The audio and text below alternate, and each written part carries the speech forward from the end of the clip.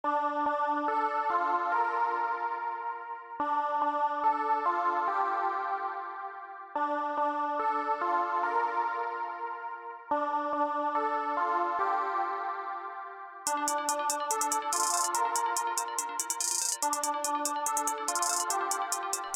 up guys, Daan de Groot.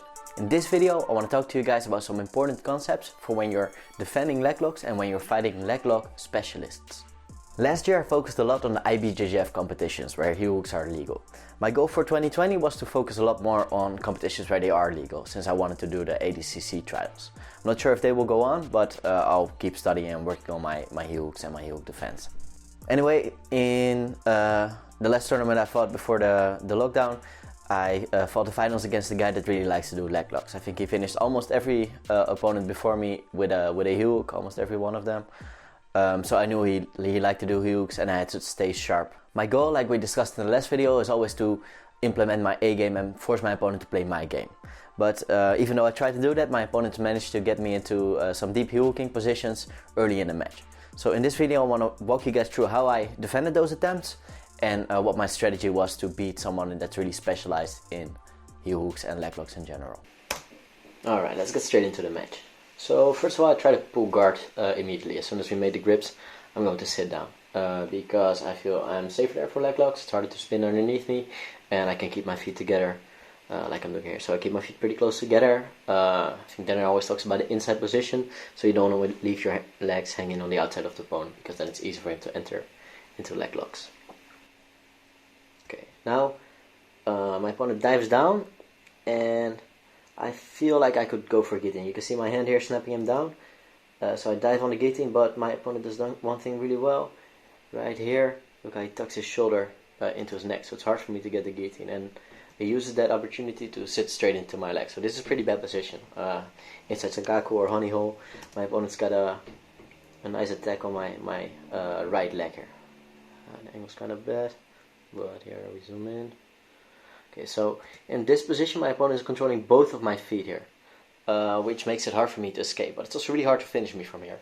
He's got the Texas Cloverleaf submission, where you lock both of the legs and then you hip in, and it's like a crank. It hurts like everywhere in your leg, but in competition it's hard to tap people with that, because it's mainly pain. Like if you get the perfect angle, it goes into a knee bar, but it's hard to get that, especially when you're fighting in competition. It's a really hard submission to pull off, but it is a good control. So my opponent has both of my legs, he's keeping pressure upwards, and he tries to, yes, he puts me to the right side for him, which is good. I want to spin to the other side, so now he's twisting that Texas Cloverleaf, attacking this leg, but this is the heel we actually want, so I'm aware of that constantly. So try to push back my body weight to the other side, like he tries to go for it. Look here, okay, this is a very important moment. For him to get a strong heel hook position, like he has to let go of the secondary leg. He can't get a heel hook with that leg stuck. So now he needs to control the secondary leg so I can spin out, but when he goes for the actual heel hook, he has to let go, at least for 1 millisecond, to switch to the other legs. I have to be constantly aware of that timing. As soon as he lets go of my secondary leg, that's when I spin out. So look, he lets go, and exactly at that moment I start spinning towards the outside, hiding my heel towards his towards his ribs here. So you can see my heel towards his ribs. It's really hard for him to fish my foot there. Keep spinning, keep spinning, keep spinning, and at the same time I try to make distance. My opponent gives up on the heel hook, and we start back in the middle a little bit later. So let's look at that sequence again. This is a super important concept. I picked it up from Leclan Gel's DVD about leg locks. Well, it's controlling both of the legs, but it's not a really tough submission. Of course, in training, like some people tap for it if there's a big strength difference, but in competition it's hard to tap people with the Texas Cloverleaf. So it is a good control though. My opponent is controlling. As soon as he lets go, that's my timing. I swing my leg out, using that momentum to spin to the other side. I escape my heel, turning it towards his ribs, and here I post out. I keep going, pushing down on his leg with my right hand, so now I can start clearing the knee line. My knee is already slipping out of his legs, and there it's free, and my opponent disengages. Okay, so we both stand back up in the middle, and I pull guard again. Now I know I need to be a little bit more aware. I don't want to go to guillotines too fast, so I just keep focused on getting the inside position. My opponent noticed that he can't get the inside position, and this guy really is a submission only fighter, so he doesn't like to pass the guard, sweep too much, so he sits back and tries to attack the legs from there. So playing footsie a little bit. I keep escaping backwards because I don't want him to catch my knee. Like here he tries to sit back into the knee, but as long as my knee is free, I'm very safer. I managed to tumble him over. And now I notice like, oh, this guy's just sitting backwards. He's not really focusing on staying on top. Oh, here he tries to get the heel again, but again I slip it towards his ribs. I always want to slip the heel towards the ribs. Slipping it inward. Outside and inside heel, it's the same concept. Here I spin out, escaping my heel. This spin, if you watch carefully, let's go back a little bit. Yes, he attacks the heel. Okay, so he sits back at the heel hook. Tries to get it, but there's not a lot of control of my hip, so I can just spin my foot out. I push down again, corkscrewing out and getting my foot free. Now notice my opponent is not putting any pressure forward. He's sitting on his butt, so it's quite easy to just come up and score 2 points. Here, 2 points. Guy was on top, now I'm on top. Go back to the middle, and this is like a tell of the whole match. Like this is how it went. I pulled guard. The guy tries to do some leg locks. I defend. I sweep him, just get up to get the 2 points. It wasn't really a sweep to be honest, but I just get my 2 points. And then try to pass from a distance, and the other guy stands up, and I pull guard again. So this keeps going the whole match. Basically the same routine. Tries to take the legs again, I keep my knee line free. And here I think I go for another guillotine attack. Look, I keep circling my shin to the inside, so I don't want to leave my legs hanging on the outside. That's where guys sit back and go for heel hook. So here I try to attack the guillotine again. Again, the opponent defends well, and now he actually goes for a guard pass. Goes for a knee slide, but he made a mistake of not getting a good underhook, so I can immediately hug his hip. This is a position I've been working on a lot, like the Lucas Leitch half guard. My coach Thiago taught it to me, and here I switch to hooks. I think. Oh no, I don't even switch to hooks. I just get up. Opponent sits down again, and I can get an easy 2 points for the sweep and another 3 for the guard pass. Now usually these guys that do submission only are pretty good at defending bad positions. Like they're not so good at passing and sweeping, but they are like they can survive pretty long of bad positions. So here you see he has a pretty decent side control escape, and he goes into the outside ashi. I try to keep my knee heavy on the ground. My opponent slips out. It's quite hard to control this position in nogi because you don't have good collar grips, so it's easy for the opponent to slip his head. And here I put weight on my foot, and it's hard for him to get a heel hook. Try to keep my base, I don't want to drop down, and here I kick my leg back again. I have to stay tight.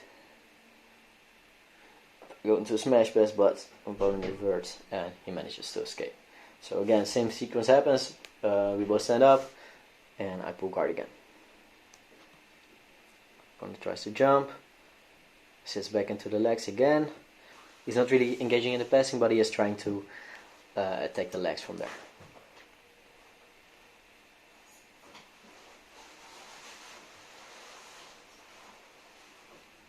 Same sequence, he stands up, sits down again, into the legs. I get up again, another 2 points. So I just keep racking up points like this. I don't play footsie with him, I don't go into his legs. I just want to play my strong game, so just keep scoring the points. I don't need to take any risk right now. I'm leading by 7 or 9-0, I think. So there's no real reason for me to take too much risks.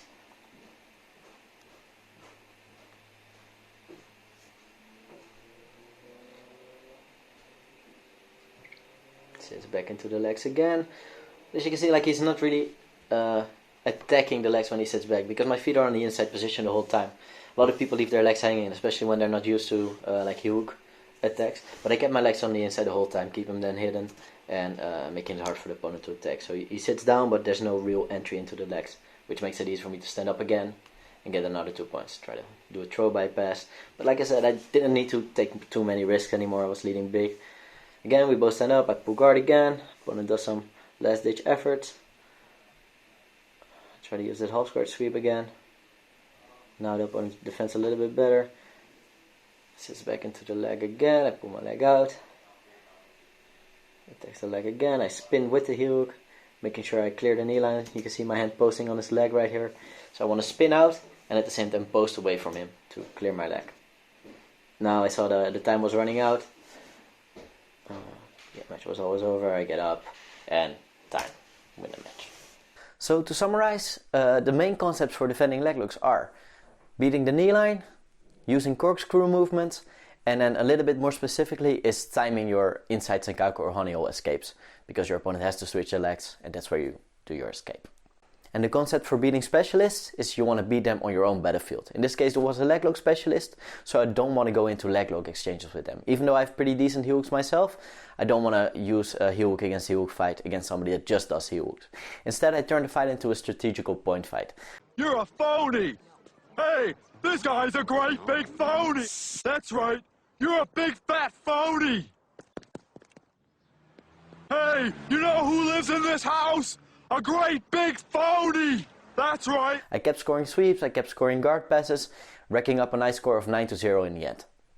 Hope you learned something from that. If you want to have me in your corner to help you improve your jiu-jitsu, especially during lockdown times where good coaching is hard to find since the gyms are closed, check out cornermebjj.com. There I offer online coaching so I can help you improve your jiu-jitsu. Link is in the description below. If you like this video, if it was useful to you, please leave a like, leave a comment and subscribe to the channel. Thanks for watching, see you guys next time.